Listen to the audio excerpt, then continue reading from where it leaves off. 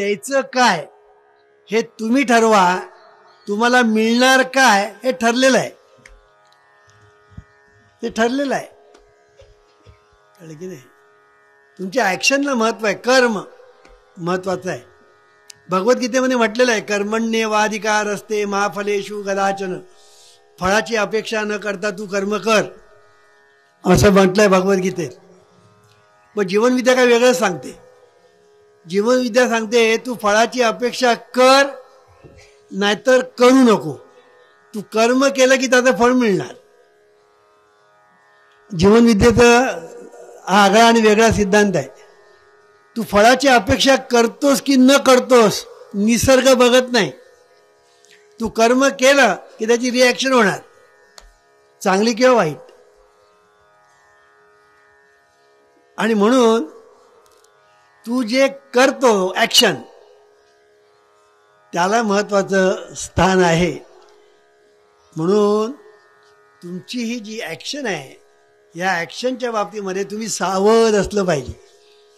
याला conscious mind ज्याला आपण म्हणतो, त्या कॉन्शियस माइंडकडून आपल्या ॲक्शन्स होतात. आणि त्या सगळ्या ॲक्शन म्हणजे काय? थॉट ॲक्शन म्हणजे विचार ॲक्शन आहे, इच्छा ॲक्शन आहे, उच्चार ॲक्शन आहे आणि आचार ॲक्शन आहे. की तुम्ही जी ॲक्शन कराल कॉन्शियस माइंडमध्ये, ती सबकॉन्शियस माइंडमध्ये जाते. म्हणजे सबकॉन्शियस माइंडला ते फीडिंग झालं, तो नैवेद्य झाला. आणि मग काय होतं, तुम्ही जो नैवेद्य दिलेला आहे तो त्या ठिकाणी तुमच्याकडे पुन्हा बुमरँग होऊन परत येतो. तुम्ही जे दिलेलं आहे त्याप्रमाणे, बरं किंवा वाईट, लाडू किंवा धम्मक लाडू, दोपैकी एक. म्हणून हे फार सोपं आहे. आपलं जीवन फार सोपं आहे.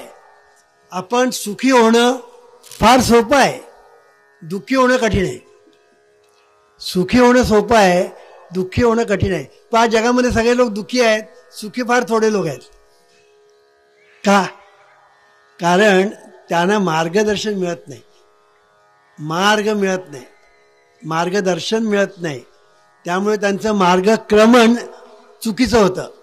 आणि परिणाम ते नको तिकडे जातात आणि खड्ड्यात पडतात, दरीत कोसळतात संकटांच्या. म्हणून जीवनविद्या असं सांगते की व्यसनापासून माणसाने अलिप्त असलं पाहिजे, एक. आणि चांगल्या लोकांची संगती धरली पाहिजे. संतांचे संगती मनोमार्ग गती, आकळावा श्रीपती येणे बनते.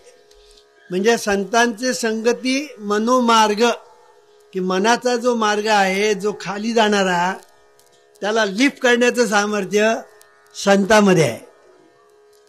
त्याला लिफ्ट करण्याचं सामर्थ्य नामस्मरणात आहे. त्याला लिफ्ट करण्याचं सामर्थ्य विश्वप्रार्थनेत आहे. आणि म्हणून ही विश्वप्रार्थना सतत म्हणा, हे आम्ही सांगतो. नामस्मरण सतत करा असं संत सांगतात. का? ते लिफ्ट, मनाला लिफ्ट करण्याचं सामर्थ्य त्याच्यात आहे. आणि म्हणून मनाला लिफ्ट तुम्ही केलं की मग जसं पाणी शेतामध्ये गेल्यानंतर भरपूर पीक देतं, भरपूर पीक देतं, तसं एकदा हे लिफ्ट केलं म्हणजे तुमच्या मनाला एकदा लिफ्ट केलं आणि त्याला ऊर्ध्व दिशा दाखवली की मग अंतःकरणामध्ये आनंदाचं पीक येतं, भरघोस आनंदाचं भरघोस पीक येतं. कळलं की नाही? भरघोस. म्हणून भगवद्गीतेमध्ये एक याला क्षेत्र म्हटलेलं आहे. शेत, शेत आपल्या शरीराला त्यांनी क्षेत्र म्हटलेलं आहे, शेत. कळलं की नाही? मग या शेतामध्ये पेरायचं काय हे तू ठरवायचं आहे. म्हणून तूच आहेस तुझ्या जीवनाचा शिल्पकार. अहो शेतामध्ये पेरायचं काय शेत सांगत नाही. शेत सांगत नाही गहू पेरायचा का तंबाखू पेरायचा. शेत सांगत नाही, गहू पेरायचा असेल तर पेर, मी तुला गहू देईन, एका बीजापोटी बरोबर. तंबाखू पेरायचं तंबाखू पेर, तंबाखू देईन. तंबाखू पाहिजे का गहू पाहिजे तू ठरव, कारण तू आहेस तुझ्या जीवनाचा शिल्पकार. ही गोष्ट जर आपण नीट लक्षात ठेवली की आपण पेरायचं काय, म्हणून पेरणं, विचार आपण पेरत असतो कळत न कळत. तुमच्या मनामध्ये विचार येतात की नाही? हे विचार मनामध्ये येतात ना, ते हळूहळू हळूहळू बहिर्मनातून अंतर्मनात जातात. तुमच्या मनामध्ये इच्छा येतात की नाही, कामना वासना, त्या हळूहळू अंतर्मनात जातात. तुम्ही जे बोलता, चांगलं किंवा वाईट, निंदा किंवा स्तुती, शिव्या किंवा ओव्या, त्या सगळ्या बहिर्मनातून अंतर्मनात जातात. तुम्ही जे करता ते सर्व बहिर्मनातून अंतर्मनात जातात. मग बहिर्मन शेतकरी आहे, अंतर्मन हे शेत आहे, आणि विचार, उच्चार, आचार ह्या बिया आहेत. ह्या बिया आहेत. चांगल्या पेरायच्या का वाईट पेरायच्या, तंबाखू पेरायचा का गहू तांदूळ पेरायचे, हे तू ठरवायचं आहे, ते शेत ठरवणार नाही. हे एकदा तुझ्या ध्यानात आलं की पेरणी तू करायची, पेरणी तू करायची. मग पेरणी केल्यानंतर खत पाणी घालायला पाहिजे, नुसती पेरणी करून चालत नाही. म्हणून खत म्हणजे प्रयत्न, प्रयत्न हे खत, आणि चिंतन हे सिंचन. चिंतन हे सिंचन. आपण सिंचन करतो की नाही पाण्याचं, पाण्याचं सिंचन करतो, तसं चिंतन हे सिंचन आहे. म्हणून चिंतन हा चिंतामणी. मग चिंतन हा चिंतामणी आहे, हे लक्षात ठेवा. ते सांगायचा मुद्दा असा की तुमच्या मनामध्ये येणारे विचार, उच्चार, आचार हे तुम्हाला कळत पण नाहीत, येतात जातात, कळत पण नाही. पण तुम्हाला जरी कळलं नाही तरी त्याचा परिणाम होतोच, परिणाम होतोच. म्हणून विचार करताना विचार करा, बोलताना विचार करा, करताना विचार करा, असं जे संत सांगायचं कारण ते आहे. मग सर्वात उत्तम काय? विश्व प्रार्थना. विश्व प्रार्थनेमध्ये बघा सर्व आहे. शुभ चिंतन आहे. विश्व प्रार्थना तुम्ही पुन्हा पुन्हा पुन्हा म्हणायला लागलात ना की ते चिंतन झालं. विचार पुन्हा पुन्हा आले की ते चिंतन. म्हणून पुन्हा पुन्हा प्रार्थना म्हटला लागलात की ते चिंतन झालं. मग शुभ चिंतन झालं. त्याच्यामध्ये शुभ इच्छा आहे. देवा सर्वांना आरोग्य दे, सर्वांना सद्बुद्धी दे, सर्वांचं भलं कर. इच्छा आहे ना, सर्वांचं कल्याण कर, सर्वांचं रक्षण कर, इच्छा आहे.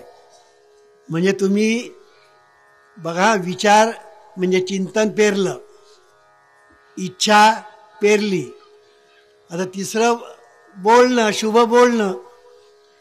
तुम्ही प्रार्थना बोलता ते या शरीराला फिडिंग होतं, शेताला फिडिंग होतं, आणि फिडिंग झालं की ते जमिनीमध्ये खोल जातं, अंतर्मनामध्ये खोल जातं. म्हणून बोलणं हे सुद्धा फिडिंग आहे, हे लक्षात ठेवायचं. आणि करणं, करणं ज्याला आपण म्हणतो ते सुद्धा फिडिंग आहे. म्हणून या प्रार्थनेमध्ये तुम्ही जेव्हा प्रार्थना म्हणता तेव्हा प्रार्थना करता, प्रार्थना बोलता, प्रार्थनेमध्ये पुन्हा पुन्हा विचार करता, चिंतन करता, आणि पुन्हा पुन्हा इच्छा करता सगळ्यांचं भलं होऊ दे, सगळ्यांचं भलं होऊ दे. आता काही लोक म्हणतात, राव वामनराव, लोकांचं भलं होऊ दे, भलं होऊ दे म्हटलं तर आमचं काय होणार,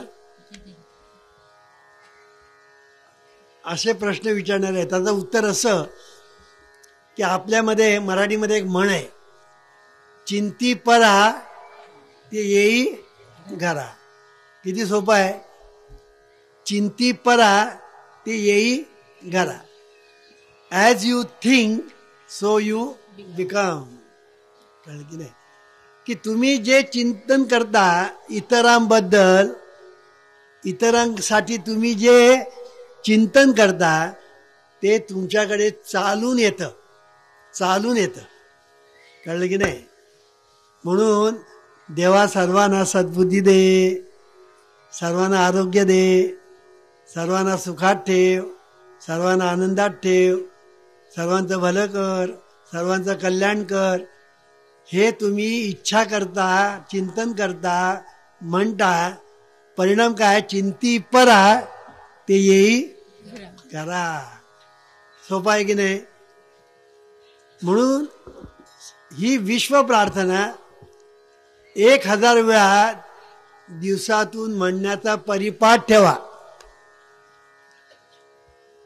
1000 वेळा म्हणायचीच.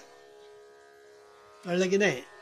1000 वेळा म्हणायचीच असा आपण एक परिपाठ ठेवा. मग काय होईल? तुमच्या जीवनामध्ये ट्रान्सफॉर्मेशन, परिवर्तन, बदल, क्रांती झाल्याशिवाय राहणार नाही. करून बघा, करून बघा. आम्ही जे सांगतो ना ते जीवन म्हणजे लॅबोरेटरी आहे. जीवन म्हणजे लॅबोरेटरी आहे. ते सायंटिस्ट लॅबोरेटरीमध्ये प्रयोग करतात, तसे जीवनाच्या लॅबोरेटरीमध्ये तुम्ही आम्ही सांगतो ते प्रयोग करून बघा आणि तुम्हाला अनुभव ताबडतोब, तात्काळ म्हणजे काय? तुम्ही कमीत कमी 6 महिन्यामध्ये तुम्हाला अनुभव आलाच पाहिजे. 6 महिन्यात 1000 वेळा प्रार्थना दररोज म्हणायची. 6 महिन्यामध्ये तुम्हाला अनुभव आलाच पाहिजे. आतापर्यंत अनेकाला आला, तुम्हाला पण येईल. मग त्यासाठी तुम्ही प्रयत्न केले पाहिजेत. म्हणून प्रयत्न हे खत आणि प्रार्थना हे सिंचन. एवढं तर तुम्ही केलं की तुमच्या जीवनामध्ये क्रांती होईल. क्रांती. कारण काय? मनस्थिती बदलली की परिस्थिती बदलते. विचार बदलले की नशीब बदलतं. हे जीवनाचं गणित आहे, सरळ गणित आहे. ह्याच्यासाठी तुम्हाला कुठे जायला नको, कुठे यायला नको. तीर्थयात्रा किती खर्च आहे? आज तीर्थयात्रा करायची किती खर्च आहे? आहे ना खर्च, भरपूर खर्च. बरं, तो एकटा जाणार का? बायको बरोबर, मुलं बरोबर, ह्या सगळ्यांना घेऊन तीर्थयात्रा करणं किती खर्च? किंवा काही मठाला, कुठे आश्रमाला रेग्युलरली भेट देणं किती खर्च आहे? पण इथे काही खर्च नाही. जीवन विद्या विषयामध्ये खर्च शून्य. शून्य खर्च. इथे कुठे जायला नको, कुठे यायला नको. ठाईच बैसोनी करा एक चित्त, आवडी अनंत आळवावा. असाल तिथेच, तुम्हाला कुठे जायलाच नको. म्हणून नको तीर्थयात्रा, नको व्रतवैकल्य, नको उपास तापास, नको यज्ञयाग. हे ज्ञानेश्वर महाराज पण सांगतात. तीर्थ व्रत नेम भावे विण सिद्धी, वायाची उपाधी करीती जन. भावबळे आकळे एरवी ना कळे, करतळी आवळे तैसा. किंवा योगयाग विधी येणे नोये सिद्धी, वायाची उपाधी दंभधर. नाही, हे सगळे संतांनी सांगितलेलं आहे. त्रिवेणी संगमी नाना तीर्थे भ्रमी, चित्त नाही नामी तरी ते व्यर्थ. म्हणून संत सांगतात त्याप्रमाणे आम्ही पण सांगतो की बाबा रे, उगाच इकडे तिकडे धावू नकोस, पळू नकोस. उगार आहे निवांत शेणशिवाय. मग काय कर? फक्त 2 गोष्टी कर. एक, मनापासून प्रार्थना म्हण किंवा नामस्मरण कर. पण आम्ही नामस्मरणपेक्षा प्रार्थनेला जास्त महत्त्व देतो. त्याची कारणं आहेत, पण मी आता सांगत नाही. कारण जे प्रार्थनेत आहे ते नामात नाही, हे लक्षात ठेवायचं. प्रार्थनेमध्ये नाम आहे, पण नामामध्ये प्रार्थना नाही. म्हणून प्रार्थना नामापेक्षा श्रेष्ठ आहे. असो, तर सांगायचा मुद्दा, ही प्रार्थना आपण म्हणायची एक. आणि लव वर्क ऑनेस्टली, आपल्या वाटेला आलेलं काम प्रामाणिकपणे करायचं, आवडीने, प्रामाणिकपणे. एवढ्या 2 गोष्टी जर तुम्ही कराल, तुमच्या घरी सुख, शांती, समाधान, आनंद पाणी भरेल. 2च गोष्टी करायच्या. कळलं की नाही? मी तुम्हाला उपास तापास सांगत नाही करायला. 16 सोमवार, 16 शुक्रवार, 16 शनिवार, किंवा इकडे जा तिकडे धावा. तुम्हाला जितकं सोपं करता येईल तितकं सोपं केलेलं आहे. किती सोपं सांगू का? या बायका बाजारात जातात, भाजीपाला आणतात, धान्य आणतात दुकानातून, स्वयंपाक करतात, सगळं भोजन तयार करतात, ताटपाट मांडतात, मुला आपलं जे लहान लेकरू आहे त्याला बसवतात, ते सगळं कालवतात आणि तोंडामध्ये घास घालतात. आता मुलाचं काम काय? चावायचं आणि गिळायचं, चावायचं आणि गिळायचं, एवढं मुलाचं काम. आता हे सुद्धा काम जर म्हणणे मुला, आई तूच चाव आणि तूच गिळ, तर आई कपाळाला हात लावणार. तसं जीवन विद्या मिशनने तुमच्यासाठी सगळा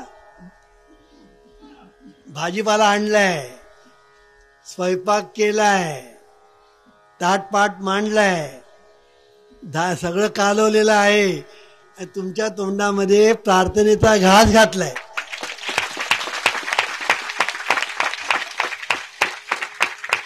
आता ही विश्व प्रार्थना तुम्हीच म्हणा वामनराव.